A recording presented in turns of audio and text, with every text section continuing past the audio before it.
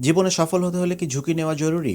আপনি কি কখনো এমন একটা জীবন চেয়েছেন যা আপনার বর্তমানের চেয়ে একদম আলাদা? হয়তো একটা বড় চাকুরি, একটা ব্যবসা অথবা সম্পূর্ণ নতুন কোনো দেশে জীবন শুরু করা। আমরা সবাই সফল হতে চাই। কিন্তু সফলতার পথে সবচাইতে বড় প্রশ্নটা হলো জীবনে সফল হতে হলে ঝুঁকি নেওয়া জরুরি কিনা? নাকি আমরা আমাদের চেনা গণ্ডির ভিতরে যেটাকে আমরা সেফ জোন বলি, সেখানেই নিরাপদে থেকে সফল হতে পারি? আজকে এই গভীর প্রশ্নটার উত্তর খোঁজার চেষ্টা করব। প্রথমে বুঝতে হবে, ঝুঁকি বা রিস্ক মানে কিন্তু পাহাড় থেকে ঝাঁপ দেওয়া নয়। ঝুঁকি মানে হলো এমন কোনো পদক্ষেপ নেওয়া যার ফলাফল আপনার নিশ্চিতভাবে জানা নেই। এটা হতে পারে আপনার চাকরি ছেড়ে নতুন কিছু শুরু করা, নতুন কোনো স্কিল শেখায় সময় দেওয়া, অথবা নিজের জমানো টাকা আহ, কোথাও বিনিয়োগ করা, এগুলো। সফলতার ইতিহাসের দিকে যদি আমরা তাকাই তাহলে কি দেখতে পাই? ধরেন একজন ব্যক্তির কথা, যিনি মনে করেন যে ভালো মাইনের নিশ্চিত একটা সরকারি চাকরি করতেন, কিন্তু তার স্বপ্ন ছিল নিজের একটি রেস্তোরাঁ খোলার। তিনি সেই নিরাপদ চাকরিটা ছেড়ে দিলেন। তিনি জমানো সব টাকা আর অনেক ঋণ নিয়ে শুরু করলেন সেই রেস্তোরাঁ। এটা একটা বিশাল ঝুঁকি ছিল। তিনি ব্যর্থ হতে পারতেন, তার সব টাকা ডুবে যেতে পারত। আপনি যদি এই জায়গায় থাকতেন, আপনিও কি এই ঝুঁকিটা নিতেন? আপনার নিশ্চিত বর্তমানকে বাজি ধরে অনিশ্চিত ভবিষ্যতের দিকে ছুটতে পারতেন? প্রথম দিকে মনে করেন যে তার রেস্তোরাঁটা চলেনি, কিন্তু তিনি হাল ছাড়েননি। নিজের রান্নার উপর বিশ্বাস রেখেছিলেন।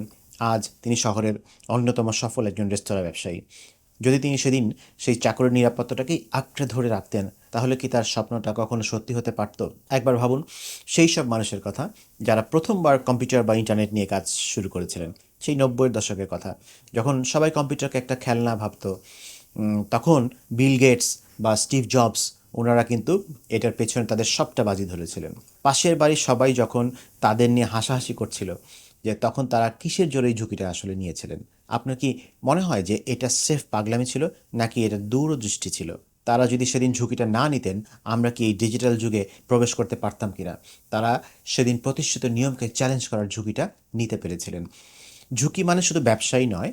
ধরুন একজন শিক্ষার্থী তার পরিবারের সবার ইচ্ছার বিরুদ্ধে গিয়ে বা প্রচলিত ডাক্তারি বা ইঞ্জিনিয়ারিং না পড়ে চারুকলায় ভর্তি হলো, কারণ সে তার প্যাশনকে অনুসরণ করতে চেয়েছিল।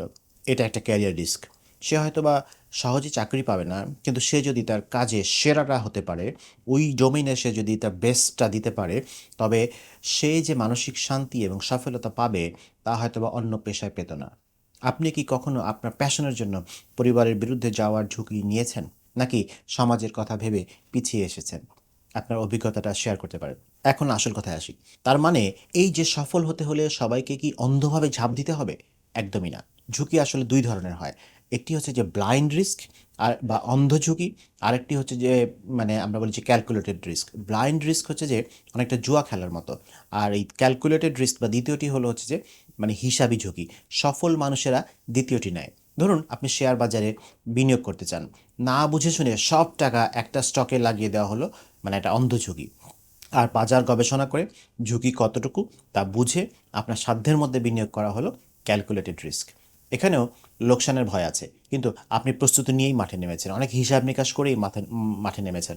আচ্ছা, আপনার জীবনের নেওয়া সবচাইতে বড় ক্যালকুলেটেড রিস্ক কোনটা ছিল? সেটার ফলাফল কি হয়েছিল একটু ভেবে দেখেন তো। আসলে সত্যিটা হলো যে জীবনে ঝুঁকি না নেওয়াটাই হয়তো সবচেয়ে বড় ঝুঁকি। অবাক হলেন? ভাবুন তো, একজন লোক যে তার অপছন্দের চাকরিতে ২০ বছর ধরে পড়ে আছে মনে করেন। সে চাকরি ছাড়ার ঝুঁকি নিতে চায় না। সে প্রতিদিন একটু একটু করে মানসিক যন্ত্রণায় ভুগছে। সে নতুন কিছু শিখছে না। সে কি ভালো আছে? হঠাৎ একদিন তার কোম্পানি তাকে ছাঁটাই করে দিল। কারণ তার স্কিল পুরনো হয়ে গেছে। কোম্পানি নতুন কাউকে চায়, ফ্রেশ কাউকে চায়। যে লোকটা কোনোদিন ঝুঁকি নেয়নি, সে কি আজ একটা মহা বিপদে পড়ে গেল না? আসলে পৃথিবী প্রতিদিন বদলাচ্ছে। এই বদলানো পৃথিবীর সাথে তাল মেলাতে না পারা, নতুন কিছু চেষ্টা না করা, নিজের কমফোর্ট জোনে বসে আরামদায়ক গণ্ডিতে সবসময় থাকা, এটাই তো আসলে আসল ঝুঁকি। কারণ সময় আপনাকে পেছনে ফেলে চলে যাবে সামনে। সফলতা কখনো আরামদায়ক গণ্ডির ভেতরে আসে না। আপনাকে সেই গণ্ডির বাইরে পা রাখতেই হবে। সেই পদক্ষেপটা হয়তোবা ছোট্ট, হয়তোবা বড়, কিন্তু সেটাই ঝুঁকি। পড়াশোনার জন্য নতুন শহরে যাওয়া একটা ঝুঁকি। নিজের মনের কথা প্রিয়জনকে বলাটাও অনেক সময় একটা ঝুঁকি। ব্যর্থতার ভয় থাকা সত্ত্বেও নতুন কিছু শুরু করাটাও একটা ঝুঁকি। শেষে সেই একটা কথাই বলবো, যে ঝুঁকি হলো সফলতার প্রবেশদ্বার।